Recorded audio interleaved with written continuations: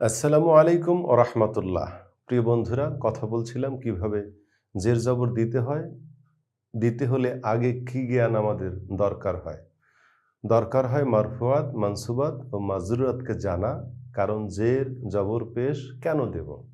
এটা জানলেই হলো। আজকে কথা বলবো মাজরুরাত। আমাদের মাদ্রাসা বোর্ডের নির্ধারিত কাওয়াইদুল লগাতিল আরবিয়্যা বইয়ের ৯৩ পৃষ্ঠা থেকে কথা বলছি। প্রিয় বন্ধুরা, এই যে দেখো, আসমাউল মাজরুরাত। মাজরুরাত অর্থাৎ জের পাবে কে কে? তারা মাজরুর। এখানে বলা হয়েছে আসমাউল মাজরুরাতু হিয়াল আসমাউল মু'রাবাতুল্লাতী তু'রাবু বিল জাররি। জর দিয়া যাকে হরকত দেওয়া হয় এরকম ইসম তো মাজরুর। আর ওয়াহিয়া, এরা হচ্ছে এই তিনটা তালিকা এখানে দেওয়া হলো। হেদায়াতুন নাহুর ভেতরে লেখা আছে মুজাফ ইলাইহি ফাকাত, শুধু এক প্রকার। এখানে ভেঙে ভেঙে ছোটদের জন্য সহজে তিনটা বানিয়ে দেখানো হয়েছে। প্রথমটা হচ্ছে আল মাজরুরু বিহারফিল জাররে। যদি কোনো হরফে জর আসে, সাথে সাথে আমরা সামনে জের দেব। হরফে জর কয়টা? 17টা। বাউ, তাউ, কাফ, লাম, ওয়াও, মুনজু, মুদখালা, এই কবিতা সবার মুখস্থ আছে। তো এগুলোর থেকে কোনো একটা পেলেই আমরা জের দেব। যেমন খাতামাল্লাহু আলা কুলুবি, এই যে আলা হারফে জার এসে কুলুব শব্দটাকে জের দিয়েছে। হুমটা জমির আলাদা করে যদি আমি লিখি, তাহলে এভাবে লিখে দিতে পারি আলা কুলুব। খাতামাল্লাহু আলা কুলুবেন, আলা হরফে জার এসে বায়ে জের দিয়েছে। এরপরে হিম জমির তো আলাদা শব্দ।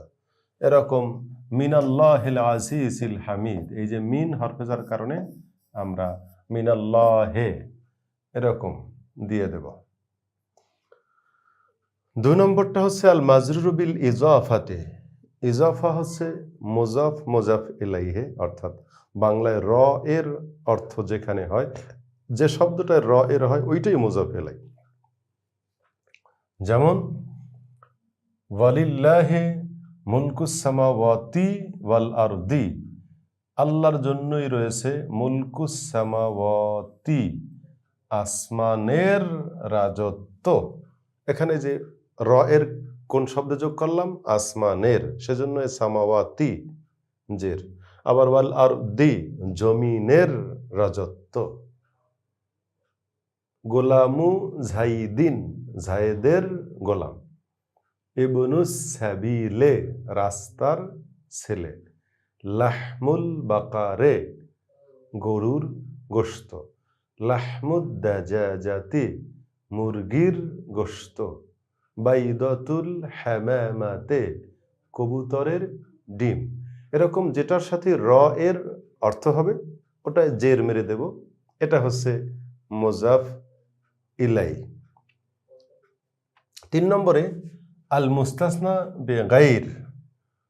আদাওয়াতুল ইস্তেসনা 10টা বা 11টা রয়েছে। তার ভেতর থেকে সাওয়া, সেওয়া, ইল্লা, গাইর অনেক কিছু।